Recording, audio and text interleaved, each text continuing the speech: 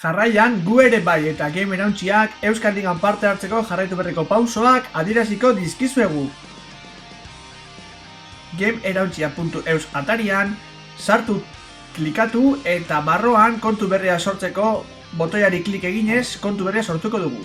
Bertan, erabiltzailea jarriko dugu, bakoitzak nahi duen izenarekin. Eta email bat ere jarriko dugu, komunikazioa bertatik eramango baita.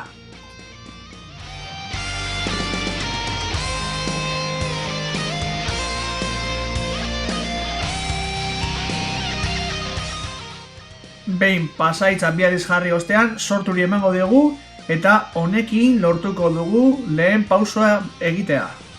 Jarraian kontaktu gisa erabili dugun email barroa sartu eta bazpada ere spam karpetan begiratu mensajea ea iritsi zaizuen eta hala baldin bada no es spam bezala markatu eta gero mensajearen barroan dagoen enlaseari klik eginez aktibatuko duzue zuen kontua.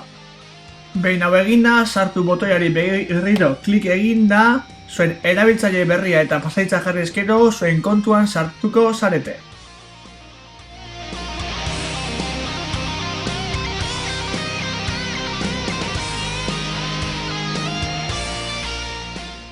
Jarraian, zuen profilari klik eginda, profila editatu barrora sartuko gara azken datuak zahartzeko.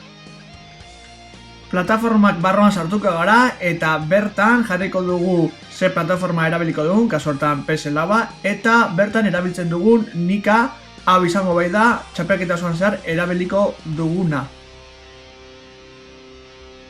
Eta honela amaituko genuke erregistroa.